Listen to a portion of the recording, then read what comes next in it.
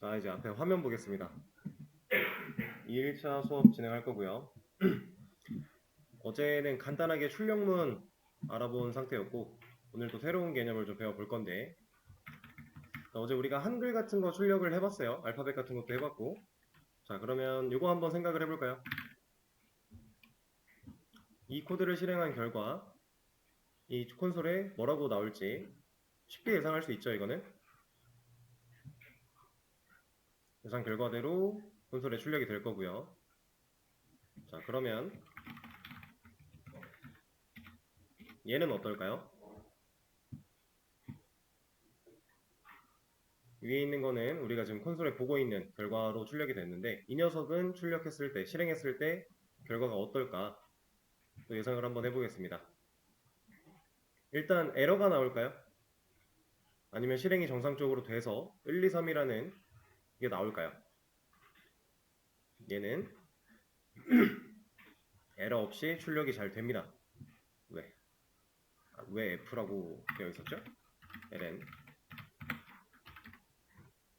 다시 F에서는 에러가 있어요. ln 가지고 ln에서는 문제없이 출력이 돼요. 이렇게 1, 2, 3이라고 하는 녀석. 자, 근데 이걸 보고 우리가 생각해야 될 게 하나 있어요. 지금 얘랑 얘는 동일한 프린트 ln 출력문으로 출력을 한 결과인데, 이 두 결과를 봤을 때 이 둘에 찍혀있는 모습은 동일하죠. 그죠? 서로 다른 걸 출력한다라고 적어놨지만 여기에 출력된 결과는 동일해 보여요. 진짜 얘네 둘은 같은 데이터일까요? 아닙니다. 얘네들은 완벽하게 서로 다른 데이터예요. 우리가 육안으로는 구별할 수 없지만 실질적으로 이 위에 있는 1, 2, 3과 밑에 있는 1, 2, 3은 완벽하게 다릅니다. 제가 좀 더 정확하게 표현을 해드리자면, 위에 있는 얘는 1, 2, 3이 맞고요. 밑에 있는 얘는 123이에요. 제가 말한 표현에서 뭐가 달라요? 위에 있는 건 문자로서 읽어드린 1, 2, 3이고요. 밑에 있는 건 숫자로 읽어드리는 123이 되는 거예요. 그 차이를 우리가 좀 느껴볼 건데, 그 전에 우리 어제 이런 거는 안 되지 않았나요? 어제 우리가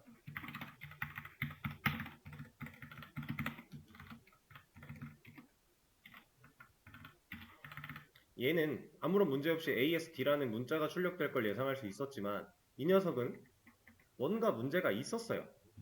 실제로 오늘도 실행을 해보면 ASD라고 하는 거 출력을 여기서 할 수 없다라고 하면서 뭐라고 하고 있죠? 문제가 있어요.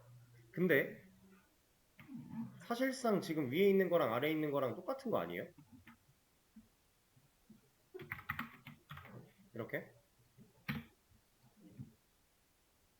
쌍따옴표 안에 넣어놨던 거를 쌍따옴표 빼고 썼을 때 얘는 가능한데, 얘는 쌍따옴표 빼니까 안 된다. 그러면서 cannot find 심볼이 나온다. 자, 얘네들은 어떤 차이가 있을까요? 제가 좀 전에 말씀드렸던 이 녀석은 123이다 라고 하면서 숫자다 라는 얘기를 했었죠. 자, 숫자는 그냥 출력할 수 있습니다. 근데 얘는 숫자인가요? 아니죠. 얘는 문자예요. 이런 문자들은 그냥 출력할 수 없어요. 얘를 가능하게 하려면 이제 우리가 오늘 배우게 될 변수라는 개념을 사용해서 출력을 할 수 있게 됩니다. 그걸 하기 전에 이런 것도 한번 해볼 거예요.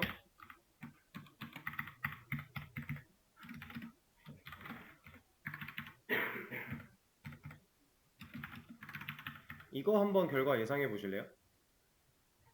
이 코드를 실행하면 이 콘솔이란 영역에 어떤 결과가 나올지.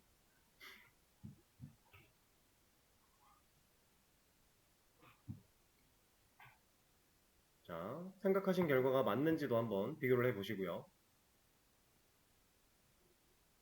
예상하신 결과랑 동일할까요? 자,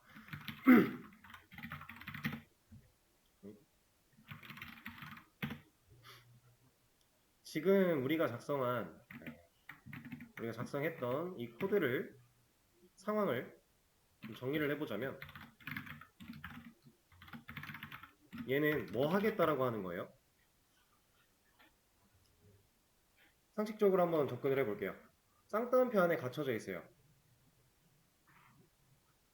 우리가 그냥 문자 정도로 생각할 수 있어요. 그죠? 그리고 이 문자를 더하기를 하게 돼요. 여기 뒤에 있는 것도 문자였죠. 자, 문자 더하기 문자. 이거 수학에서 가능한 건가요? 일반적으로 생각했을 때? 좀 이상하죠? 문자랑 문자를 더한다. 좀 느낌이 이상합니다. 우리 가 더하기 나 이런 거 없잖아요. 그죠? 근데 자바에서는 가능했네요. 그 결과가 어떤 결과가 나온 거예요? 이걸 한 결과는 1, 2, 3, 4, 5, 6 이 녀석이에요. 그럼 지금 얘가 어떻게 동작했길래 이렇게 되었을까? 라고 유추할 수 있지 않을까요? 문자 더하기 문자를 실행했을 때 이게 이런 식으로 결과를 뱉었는데 이 결과가 나오기까지 어떤 현상이 벌어졌을지 그냥 간단하게 자, 문자 더하기 문자를 하면 그냥 이 문자를 이어붙여 버린다 라고 하는 유추가 가능하겠죠? 그리고 밑에 있는 애는 1, 2, 3 더하기 4, 5, 6을 했는데 이거는 위에 있는 거랑 뭐가 달라요? 얘는 숫자 더하기 숫자를 하려고 한 거죠. 그러면 숫자 더하기 숫자는 일반적으로 가능한 거죠. 우리가 흔히 알고 있는 사칙연산 덧셈이잖아요. 그래서 그 덧셈의 결과로 진짜 더해버렸죠. 579. 네, 숫자 더하기 숫자는 이렇게 동작을 합니다. 자, 그러면 이제 한번 꼬아볼 거예요.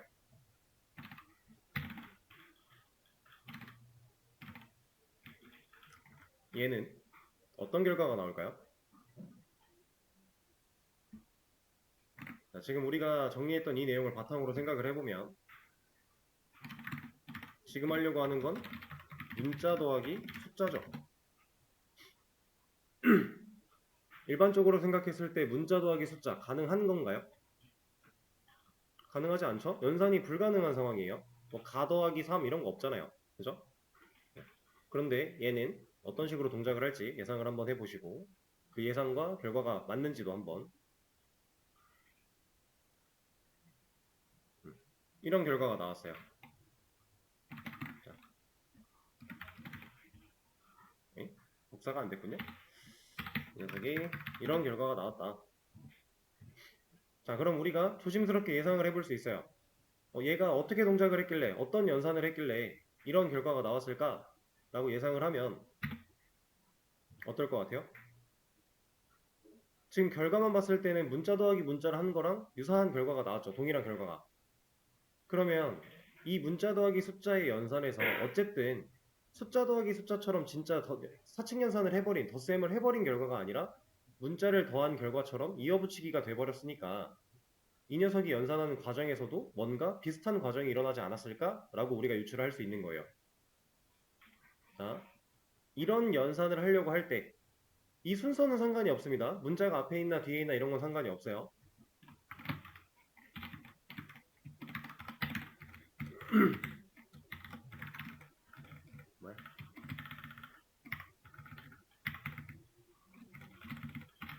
둘 다 동일한 결과가 나옵니다. 그냥 문자와 숫자를 같이 연산하려고 할 때 얘가 어떤 일이 벌어지는 거냐면 이 녀석은요. 실질적으로 이 연산은 불가능해요. 컴퓨터도 이 연산을 그냥은 못해요.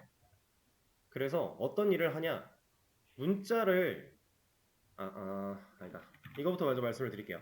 자, 지금 문자 더하기 숫자인데 얘네 둘이 연산이 안 되는 이유가 뭐예요? 우리가 생각했을 때 안 되는 이유도 있고 컴퓨터가 생각했을 때 안 되는 이유도 있을 텐데 일단 표면적으로 딱 드러난 결과를 봤을 때 이 상황을 봤을 때 얘네들이 연산할 수 없는 가장 큰 이유 서로 달라요. 타입이 얘는 하나는 문자라는 애고 하나는 숫자라는 애기 때문에 서로 형태가 동일하지 않아요. 형태가 동일한 애를 그냥 무작정 연산이 가능하다라고 해버리면 엄청나게 데이터들이 꼬일 거기 때문에 상식적으로 그런 건 안 되게 막혀져 있어요. 그리고 일반적으로 생각을 해봐도 당연히 문자 더하기 숫자가 안 되는 상황인 거고 그럼 얘네들을 형태를 맞춰주면 연산이 되지 않을까? 라는 생각을 해볼 수가 있는데, 형태를 맞춘다라는 건 뒤에 숫자를 문자로 바꾸거나 앞에 문자를 숫자로 바꾸거나 둘 중 하나를 하면 형태가 맞춰지겠죠. 그럼 우리가 좀 전에 문자 더하기 문자의 결과를 알고 있고 숫자 더하기 숫자에서 어떤 연산을 하는지 알고 있는 상태에서 이 연산에 대한 결과를 유추하기 위해 둘 중 하나의 형태가 변한다면 이 연산은 가능하겠구나 라고 생각할 수 있어요. 그럼 우리가 이 결과를 지금 1, 2, 3, 4, 5, 6이라는 결과를 알고 있는데 누가 형태가 뭘로 바뀐 거예요? 이 결과가 나오려면 만약에 앞에 있는 문자가 숫자로 바뀌었다면 579가 나왔겠죠. 숫자 더하기 숫자가 된 거니까. 근데 이게 아니라 1, 2, 3, 4, 5, 6이 나왔다라는 건 뒤에 있는 숫자가 문자가 되었다 라고 유추할 수 있어요. 그리고 실제로 그런 일이 벌어졌습니다. 자,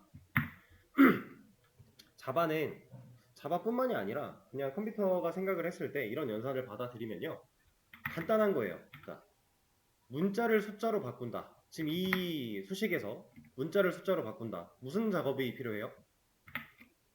이 쌍따옴표가 사라져야 돼요. 그죠? 그럼 얘는 579가 가능해요. 지금 상태로는 가능해요. 근데 만약에 앞에 있는 문자가 이런 거였다면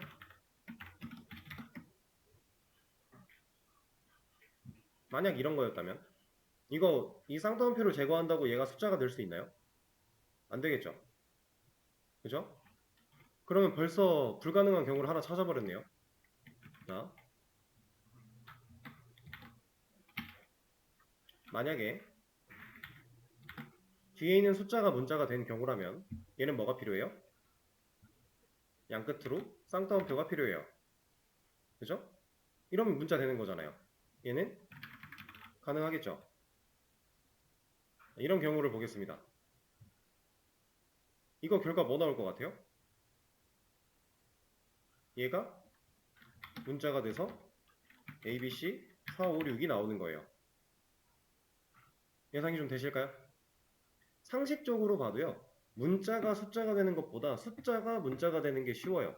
왜냐면 숫자는 문자가 되기 위해 쌍따옴표가 붙었을 때 불가능한 경우가 없거든요. 근데 문자는 쌍따옴표를 제거했을 때 숫자가 되지 못하는 경우가 있으니까. 그래서 자바는 알아서 이 숫자 부분을 문자로 형태를 변환시킵니다. 그리고 그 변환된 형태로서 연산을 완성시켜요. 그래서 이 녀석의 결과가 이어붙이기로 나오고 있는 거예요.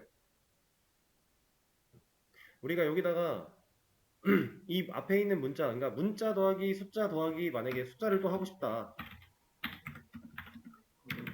이런 걸 하고 싶다. 해도 이거 결과 뭐 나올 것 같아요?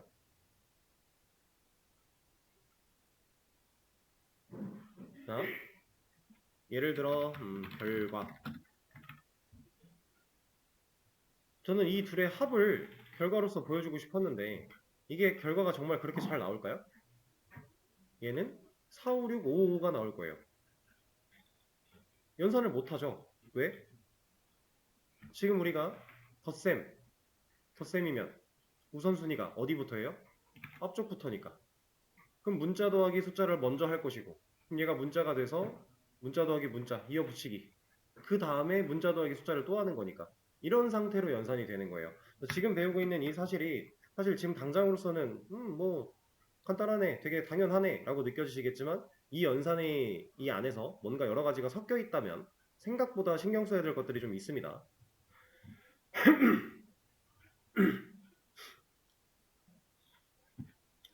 자, 그리고 어제 이런 얘기를 하나 안 드렸었는데 네, 우리가 앞으로 자바를 사용해서 뭔가 코드를 작성을 할 때 들여쓰기가 정말 중요하다고 말씀을 드렸죠. 근데 들여쓰기만큼이나 또 중요한 게 하나 더 있어요. 뭐냐면 이 세미콜론입니다. 얘는 없으면 에러예요. 세미콜론이 있어야 될 자리에 없으면 무조건 에러예요. 자바는. 융통성 없습니다. 세미콜론 없다? 아유 실행할 수 없어. 무조건 컴파일 에러예요. 자, 이 세미콜론은 어떤 역할을 하냐? 내가 이 코드 한 줄을 작성을 했는데 여기까지가 내가 작성한 코드 한 줄이야 라고 마침표를 찍는 역할을 해요.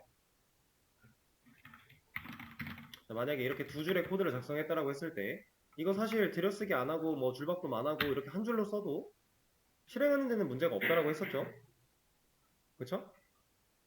자, 근데 여기에 세미콜론이 없어져 버리면 얘는 이제 두 개의 코드를 한 줄로 쓴 게 아니라 하나의 코드를 한 줄에 쓴 거예요. 마침표를 안 찍었으니까 중간에. 코드를 내가 작성한 코드를 구분하기 위해서 마침표를 찍는 역할이다. 그리고 문법이 끝났을 때 마침표를 찍지 않으면 얘는 에러를 발생시켜서 실행을 안 시켜줄 것이다. 상당히 중요합니다. 마침표. 이제 여러분들이 앞으로 개발 공부를 지속적으로 해 나가시다 보면은 이 세미콜론을 안 찍어도 뭐라고 안 하는 애들도 있을 거예요. 스크립트 같은 경우는 세미콜론을 그렇게 중요하게 생각하지 않아요. 그래서 많이 안 찍기도 하는데 자바는 절대로 이게 빠지면 아예 실행이 불가능하니까 신경을 잘 쓰셔야 됩니다.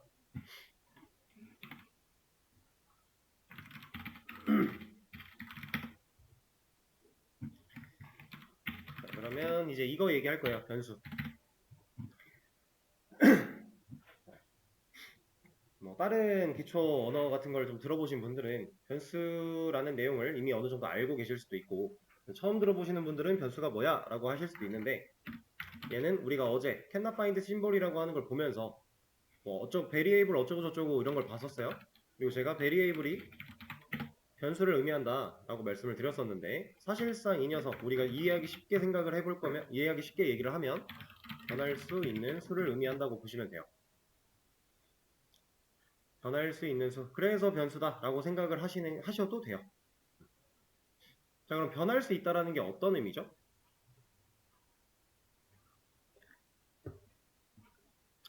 우리가 예전에 요즘에는 언제 가르쳐 주는지 모르겠는데 저 때는 아마 중학교 초반에 가르쳐 줬던 것 같아요. 미지수를 한번 떠올려 볼게요. 수학에서 배웠던 미지수. 자, 보통 이런 거 했었죠? x는 5고 그럼 이제 x 플러스 3은 얼마야? 이런 거 많이 했었죠? 아니면 여기가 8인데 x는 보통 문제 이런 식으로 많이 했었잖아요. 옛날에. 이걸 한번 떠올려 볼게요. 변수가 얘랑 의미가 거의 비슷해요. 미지수가 가지는 의미랑 거의 비슷합니다. 얘가 왜 미지수예요? 정해져 있지 않고 알 수 없는 수라서 미지수 아니었나요? 그죠? 변수도 비슷해요. 변할 수 있는 수 정해져 있지 않다라는 거예요. 우리가 원하는 값을 넣어서 얼마든지 변화시키면서 사용할 수 있다. 이게 변수의 기본입니다. 그래서 우리는 앞으로 이제 개발을 하면서 변수를 엄청나게 많이 활용하게 될 건데, 자,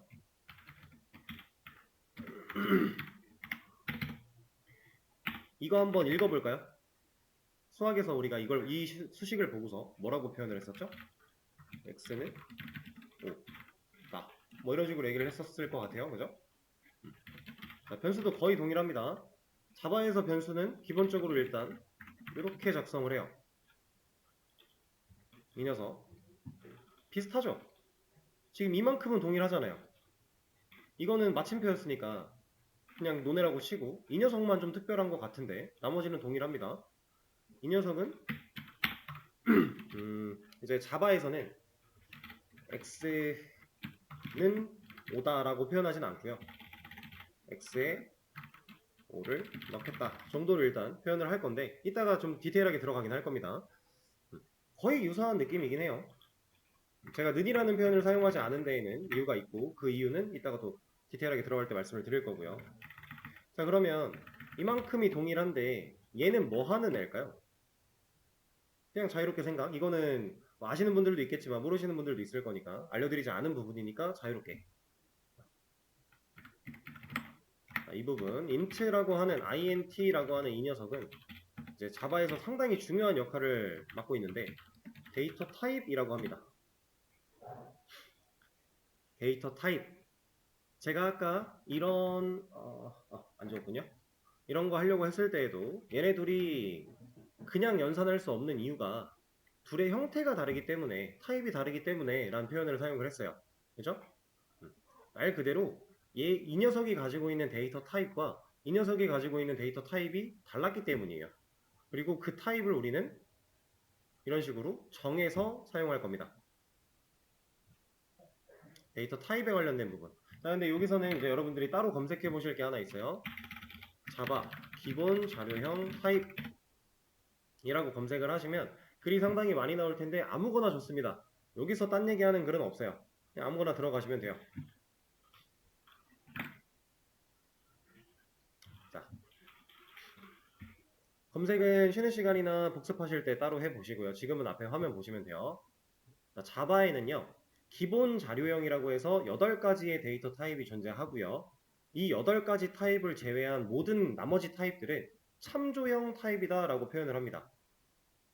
이 참조형은 여러분들이 나중에 배우게 될 객체 개념과 이어지는 내용이에요. 근데 우리는 거기까지 일단 생각하지 말고 오늘 2일차니까 가볍게 기본 자료형 8가지만 생각을 할 겁니다. 자, 안타깝게도 이 기본 자료형 8가지는 여러분들 암기를 해야 돼요. 근데 암기를 하는데 자료형 이름이랑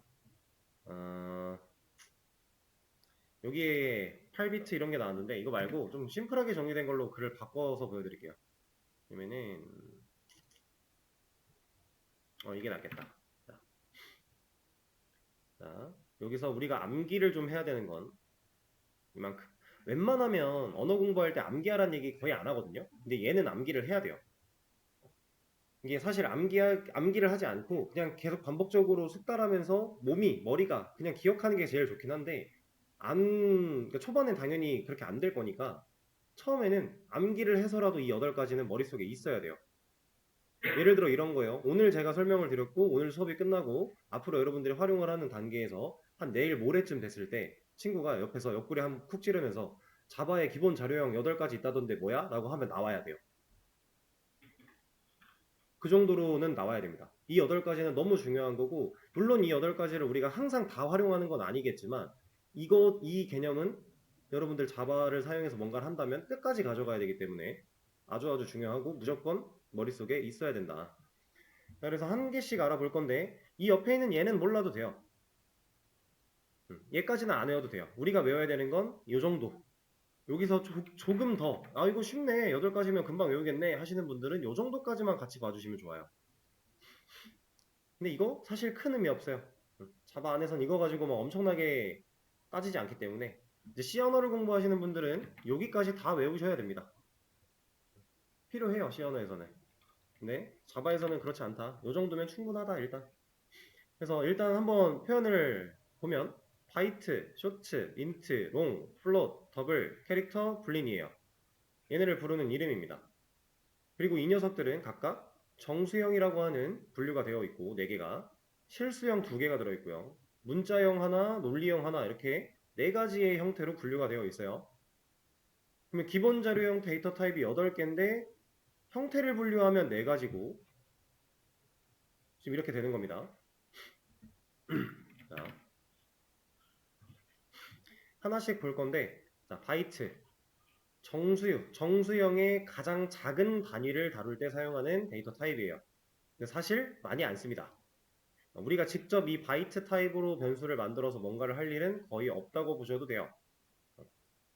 나중에 뭐 인풋 스트림, 아웃풋 스트림 등등 해가지고 여러분들이 뭔가 잡아가지고 뭔가 할 때 그때는 이런 녀석을 많이 보겠지만 내가 직접 만들 일은 딱히 없어요. 그리고 근데 일단 정수가 뭔지 아시나요? 정수? 음수, 양수 아시죠? 음수, 양수. 얘네 이제 음수는 0보다 작은 수 중에서 소수점 없는 수들을 의미하는 거고 양수는 0보다 큰 수 중에서 그러니까 자연수랑 같은 게 양수잖아요. 그죠? 거기에 0까지 포함시킨 게 정수예요. 음수, 0, 양수 이게 다 정수입니다. 이렇게 포함시키고 있는 게 그 정수 중에서 이제 가장 작은 단위 바이트 잘 안 쓴다. 쇼트 바이트보다 조금 커요. 크기가 조금 큰데 얘도 사실 잘 안 쓴다. 근데 외워야 됩니다. 자, 인트 얘는 제가 변수 예시 들어드리는 여기에서도 인트라는 걸 사용을 했죠. 정말 많이 써요. 여러분들이 앞으로 뭔가 자바를 사용해서 정수형의 데이터를 다뤄야 된다. 그러면 일단 인트를 쓰는 경우가 한 10번 중에 9.9, 번 이상 될 거예요. 9.9번 정도. 거의 다 인트입니다. 여러분들이 직접 사용할 때는. 그래서 인트는 정말 많이 중요한 거예요. 그래서 이 사이즈 같은 거뭐 여유 있으면 외워보셔라 라고 했는데 저도 얘를 외우려고 외운 건 아니지만 계속해서 개발 쪽에서 사용을 하다 보면 이 크기가 대충 오거든요. 이게 마이너스 21억에서 플러스 21억 사이쯤 돼요. 대략적으로 인트가. 그래서 이 인트라는 데이터 타입이 그 감당할 수 있는 숫자의 영역을 말해주고 있는 거예요. 마이너스 21억에서 플러스 21억까지. 그래서 이걸 가지고 만약에 음수 부분을 제외하고 양수만큼의 크기로만 쓸 거야 라고 하면 42억 정도의 크기를 사용할 수 있는 그 정도를 감당할 수 있는 데이터 타입입니다. 그래서 웬만한 숫자는 인트로 다 처리가 가능해요. 42억이면 충분히 커요. 우리가 42억이 넘는 숫자를 가지고 뭔가 연산을 할 건 거의 없으니까 보통 그렇게 사용할 수도 있다 라는 거고, 롱이라고 하는 녀석 인트보다도 2배나 더 크네요. 상당히 큰 데이터를 다룰 때 사용하는 방식인데 얘도 잘 안 씁니다. 거의 쓰지 않아요. 우리가 직접 만들 일 없어요. 그리고 이 단위 읽어보셔도 돼요. 근데 굳이 이걸 외우려고 할 필요는 전혀 없다. C 언어 쪽을 공부하고 싶으신 분들이 아니라면 여기에 큰 관심을 가지지 않아도 상관없다. 네. 이렇게 4가지, 정수형의 4가지 중에 지금 우리가 쓸 거는 인트 하나밖에 없네요. 그치만 알긴 다 알아야 된다라는 겁니다. 그 다음 실수로 한번 넘어가 볼게요. 실수는 뭐예요?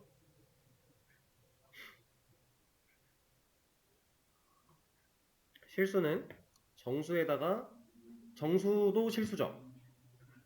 정수는 실수가 아닌가요? 실수는 정수를 포함하고 있어요. 실수라고 하는 영역 안에 정수가 들어 있습니다. 그죠? 그리고 정수를 포함하는 이 영역 안에 자연수가 있는 거잖아요. 글씨를 너무 못 쓰고 있는데 이런 식으로 실수는 정수를 포함하고 있습니다. 근데 실수 얘는 이제 정수 플러스 소수점이 있는 모든 수들, 걔네들을 실수라고 표현을 해요. 자바에서는 그냥 간단하게 소수점이 존재한다 그럼 실수라고 보시면 돼요. 소수점이 존재하는 숫자들 실수, 이렇게 생각을 하시면 되는데, 자, 이 이제 실수, 자, 프로그래밍 언어에서 실수 얘기가 나오면 항상 붙는 얘기들이 있어요. 프로그래밍 언어 기준으로 봤을 때 실수는 값이 정확할 수가 없어요. 정확한 연산이 불가해요. 실수로는. 어떤 얘기냐면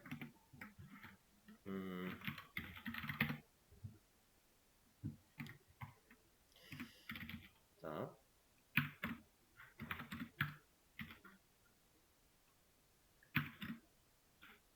뭔가 자바를 사용해서 이런 연산을 시키면 자바는 3이라는 결과를 뱉어요. 왜냐면 1 더하기 2는 3이 맞으니까. 근데 이러면 사람 입장에서 봤을 때 이거 결과 뭐예요? 2.4죠. 그죠? 근데 컴퓨터한테 이 연산을 시키면 2.4라고 안 할 때도 있어요. 상황에 따라서 어떤 연산을 어떻게 하냐에 따라서 이 결과가 2.4가 아닐 수가 있습니다. 컴퓨터는 소수를 가지고 실수를 가지고 정확한 연산을 하지 못해요. 그 이유가 이 컴퓨터가 알아먹을 수 있는 숫자가 0과 1밖에 없다로부터가 사실 이유의 그 근원인데, 0과 1밖에 못 알아들으니까 이 녀석들을 있는 그대로의 숫자로 받아들이지 못하고 0과 1로 변환해서 알아들어야 돼요. 그러는 과정 속에서 이 소수점에 대한 표현이 부동소수, 고정소수 뭐 여러 가지 표현들이 있으면서 그 뒤로 갈수록 소수가 명확해지지 않아요. 그걸 가지고 연산을 하기 때문에 결과가 우리가 생각하는 소수의 연산과 다를 수 있다. 그래서 한 가지 여담처럼 말씀을 드리면, 예전에 어떤 전쟁에서 사용하던 합포기기가 이제 좌표값을 계산해서 오차 범위가 상대가 미사일 같은 걸 발사했을 때 그 미사일의 위치를 좌표값을 계산해서 자동으로 그 미사일을 격추시킬 수 있는 그런 기기였어요. 그런 녀석이었는데 그 연산을 사용하는 프로그램 안에서 상대 미사일이 발사돼서 날아오는 그 속도에 대한 검증을 실수 가지고 한 거예요. 0.1초인가 0.5초 단위로 했을 거예요. 그런 식으로. 근데 얘가 정확한 연산을 하지 못하니까 오차 범위가 커진 거죠. 그래서 실제로 상대 미사일은 우리 진영으로 떨어지는데 우리 진영에서 3km 떨어진 곳으로 격추 미사일을 발사시켰어요. 그러면 우리는 미사일을 떨어뜨리지 못했으니까 그대로 맞았겠죠? 그래서 한 소대, 한 부대가 전멸했다라는 일화가 있습니다. 그래서 정말로 프로그래밍 가지고 뭔가 연산을 정확하게 해야 되는 상황에서는 절대 실수를 사용하지 않아요. 그렇다고 실수를 그러면 아예 안 쓰냐? 그건 아닙니다. 그건 아니지만 정확한 연산을 해야 될 땐 쓰지 않는다라고 하는 그런 일화가 또 있고요. 그래도 알아야 돼요. 별로 쓸모가 없을 것 같지만 그래도 알아야 됩니다. 자, 근데 여기서도 이제 실수형 중에서도 플롯과 더블이라고 하는 녀석이 있어요. 자, 플롯은 인트처럼 4바이트라고 표현이 되고 있는데 실제로 사이즈가 비슷한가? 네, 비슷합니다. 그리고 더블은 롱과 비슷하게 둘 다 8이라고 하면서 상당히 크죠? 근데 이 둘 중에서 그나마 실수형 데이터 타입으로 누굴 더 많이 쓰냐라고 하면 이 녀석을 조금 더 써요. 왜냐면 얘보다 얘가 조금 더 정확하거든요. 플롯은 많이 안 정확해요. 우리가 실제로 사용하기에 무리가 좀 있어서 평상시에 거의 사용을 하지 않고 실수를 써야 되는 상황이 온다면 거의 더블 가지고 처리를 많이 합니다. 그러면 지금 정수랑 실수 총 6개의 데이터 타입을 알아봤는데 인트, 더블 빼고는 실제로 사용하지 않는다. 잘. 이런 느낌. 자, 그 다음 문자. 자, 우리가 아까 이런 거 했었어요. 문자 다뤘죠? 이거 캐릭터 타입일까요?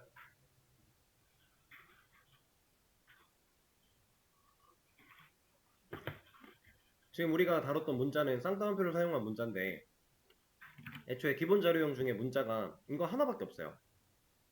그럼 우리가 쌍따옴표 가지고 사용했던 뭐 1, 2, 3 이런 문자들이 얘가 맞을까요? 그리고 얘는 이제 CHAR로 써있는데 제가 왜 캐릭터라고 읽냐면 이 녀석, 이 기본 자료형의 어, 원형이라고 하는 게 맞겠네요. 원형. 이 녀석들을 사용할 수 있게끔 해주는 원형의 이름이 캐릭터예요. 그래서 이 녀석을 모두가 다 캐릭터라고 부릅니다. 그래서 그렇게 읽는 거고. 자, 이 녀석 맞을까요? 얘가? 우리가 쓴 문자가 이런 건데 문자는 하나밖에 없으니까 얘 맞지 않을까? 근데 얘는 아닙니다. 이 녀석은 이거랑 전혀 달라요. 이렇게 사용하던 문자는 여러분들 나중에 배우시게 될 스트링이라고 하는 녀석이에요. 글자를 너무 못 쓰네요. 스트링이라고 하는 녀석인데 얘는 기본 자료형 타입이 없죠. 여기 지금 8가지 중에 스트링이라는 애가 없잖아요.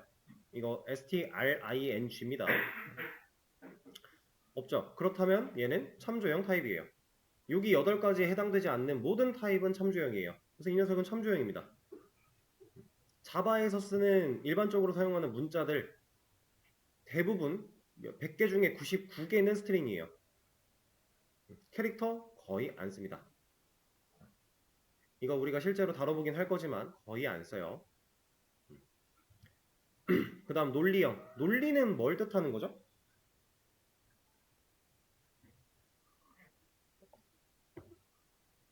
논리는? 여러분들이 이제 과거 수학 시간에 배워보셨을 명제에 관련된 내용이에요. 참과 거짓. 논리는 참이냐 거짓이냐를 따져주는 명제를 의미하는 겁니다. 그래서 논리형 타입에는 이제 불린, 얘는 이제 불린이라고도 읽고 불리언이라고도 읽고 읽는 거는 여러분들 마음대로 읽으셔도 되는데 같은 의미입니다. 불린. 이 녀석을 가지고 참과 거짓을 판명할 수 있다 해서 데이터를 얘는 여기 써있는 true 아니면 false 이 둘 중에 하나밖에 못 가져요. 이거를 제외한 이 두 true, false를 제외한 나머지 데이터는 이 불린 타입의 변수에 들어갈 수가 없어요. 불가능해요. 자, true, false. 컴퓨터 0과 1밖에 모른다고 했죠. 0, 1. 방금 논리형. true랑 false라고 했어요. 자, 얘도 컴퓨터가 알아먹을 수 있게 변환을 해주겠죠, 당연히. 이거는 뭐 아시는 분들도 있을 수 있겠지만 컴퓨터가 알아먹을 때 0은 false예요. 그리고 1이 true입니다. 이거는 거짓을 의미하고요. 얘는 참을 의미해요. 이거는 하나 알아두시면 좋아요. 왜냐면 프로그래밍 언어를 제외하고서라도 DBMS 쪽으로 가도 통용되는 개념이고 다른 쪽으로 가도 다 통용되는 개념이기 때문에 컴퓨터는 0과 1에 대해서 참과 거짓을 이렇게 판단을 한다. 변환을 할 때 이렇게 변환을 해줍니다. 그럼 지금 이제 8가지 타입을 다 알아봤는데 우리가 실제로 많이 쓰는 건 int, 그다음 더블, 불린 정도가 되겠네요. 나머지는 거의 실제로 쓸 일이 딱히 없다. 그렇게 하지만 이 분류 타입과 분류 형태와 이 8가지는 다 암기를 할 정도로 알아두셔야 된다. 그냥 바이트 쇼트, 인트, 롱, 플롯, 더블, 캐릭터, 불린 이렇게 8가지가 그냥 편하게 나올 수 있게끔 여러분들이 큰 생각을 거치지 않아도 머릿속에서 인트는 정수잖아. 그럼 내가 정수 써야 되니까 인트 써야겠다. 뭐 내가 지금 실수를 다뤄야 되네. 그럼 플롯이나 더블 중에 하나를 써야겠다. 나 논리 써야 돼. 그럼 불린을 써야지. 이게 그냥 크게 고민하지 않아도 나올 수 있게끔 숙달을 많이 하시는 게 좋습니다.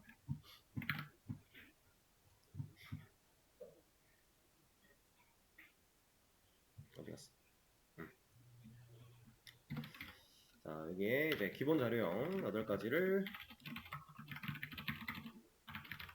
중요. 그리고 기본 자료형을 제외한 모든 타입은 참조형 타입이다. 이 참조형 중에서 우리가 가장 많이 쓰게 될 게 방금 전에 알려드렸던 스트링. 얘는 이제 문자열이라고 표현을 합니다. 나중에 얘기가 나올 거예요. 지금 이런 데서 사용하고 있던 이런 거 있죠. 스트링이에요. 그리고 우리 안녕하세요나 헬로월드나 헬로 같은 거 찍었던 문자들 걔네 다 스트링입니다. 우리는 스트링이 뭔지도 모르지만 일단 사용하고 있었던 거예요. 그리고 그 스트링이라고 하는 녀석은 여기에도 써있네요. 얘가 지금 당장 뭐 하는 애인지 모르겠지만 일단 스트링이라고 하는 녀석이 여기저기 많이 사용이 되고 있었다. 그럼 지금 제가 여기다 썼던 얘는 타입이 뭐겠어요?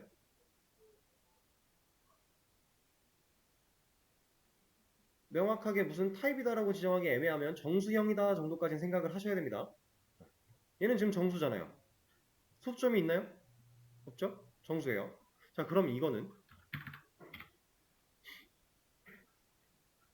실수니까 실수형인 거예요. 그리고 이런 거는 논리값이었잖아요. true랑 false. 그래서 얘는 참이라고 하는 논리입니다. 논리. 불린. 기본 자료형태에서 봤던 논리. 이것도 마찬가지. 이거는 출력이 돼요. 원래 여기다가 문자를 이렇게 쓰면 출력 안 되는 거였잖아요. 에러 나는 거였는데 지금 false는 문제없이 됐죠? 원래 이렇게 나왔어야 정상인데 지금 false도 가능했고 true도 가능하다라는 겁니다. 얘는 단순하게 그냥 문자로만 보지 않으니까 논리형 데이터라는 걸 알고 있으니까 누가 자바가 서로 약속이 되어 있는 거죠.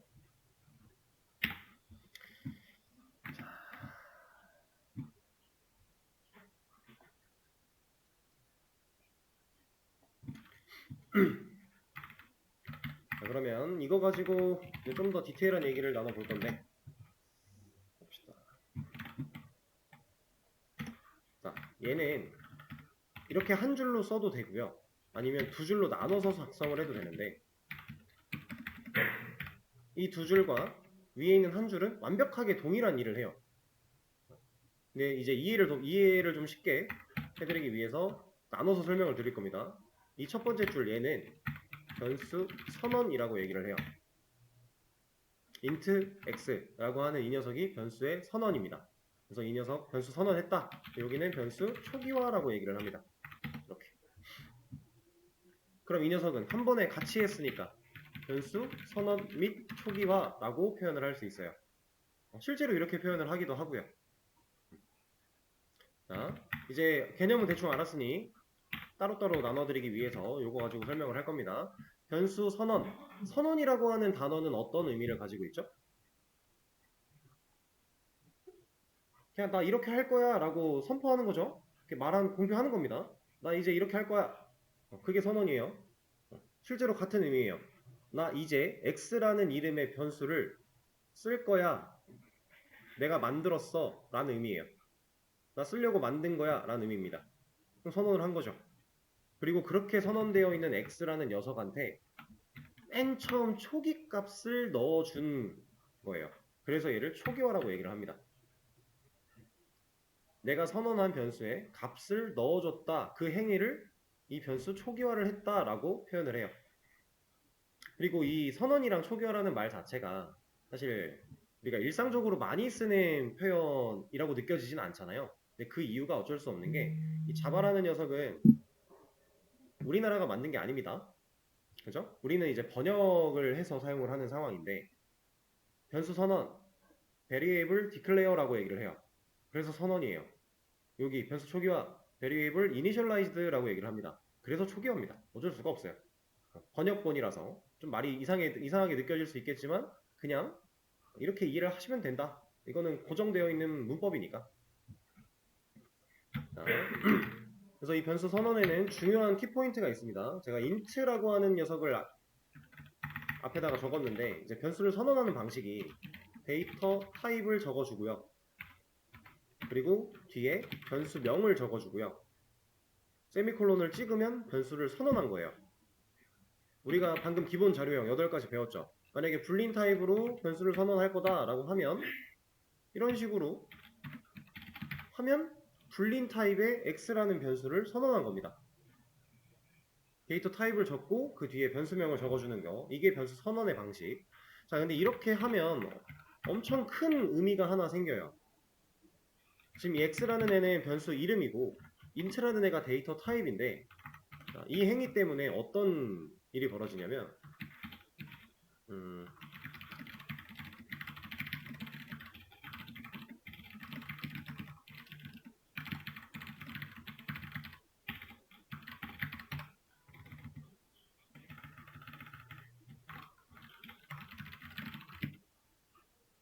자, 이거 한 줄이 이렇게 해석되는 거예요.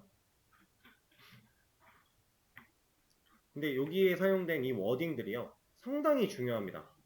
빼놓을 게 하나도 없어요. 자, 오직은 뭐예요? 진짜 이거밖에 안 된다죠. 오직 정수형 데이터만.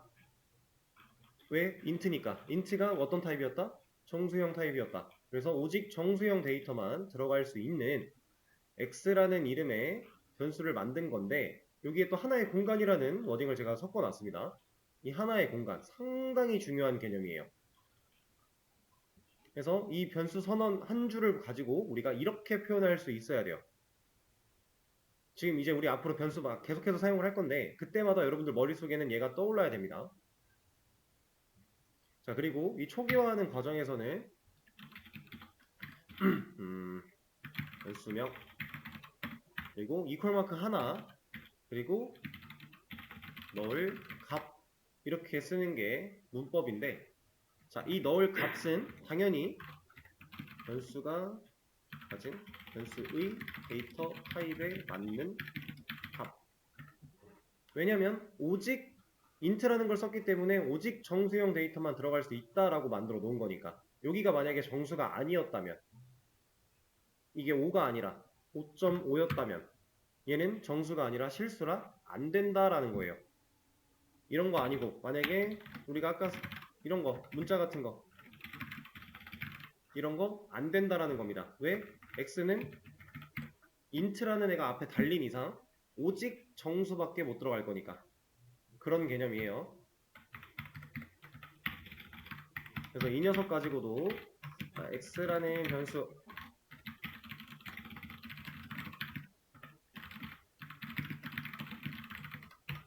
이렇게 한 줄로 해석할 수 있어요. 그럼 변수 선언 및 초기화를 한 번에 진행을 했다면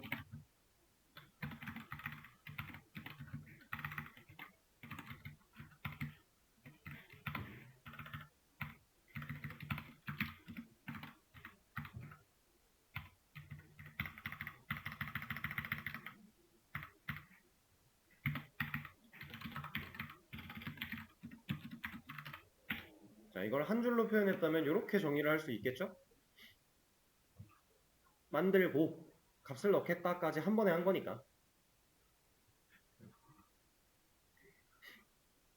이거를 입으로 이렇게 따라서 말씀하지 않으셔도 머릿속으로 생각을 할 필요가 있어요. 충분히 변수가 익숙해지고 어느 정도 숙달이 될 때까지는 필요한 부분이다.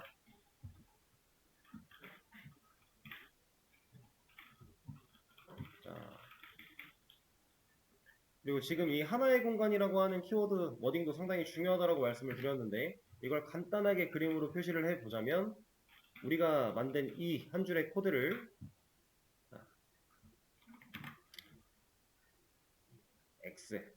x라는 공간을 만들어 낸 거예요. 그리고 5라는 값을 이렇게 여기다가 집어넣겠다라고 표현을 하는 겁니다. 그리고 이 x한테는 조건으로 int밖에 안 돼 라는 게 걸려 있는 거고요. 이런 느낌이에요. 자, 기본적으로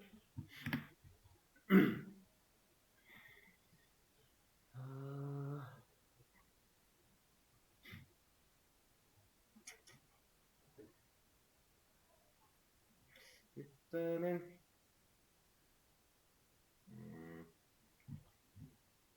일단 여기서 한 타임 끊고 가죠. 시간도 50분이 넘었으니까 쉬는 시간을 좀 가졌다가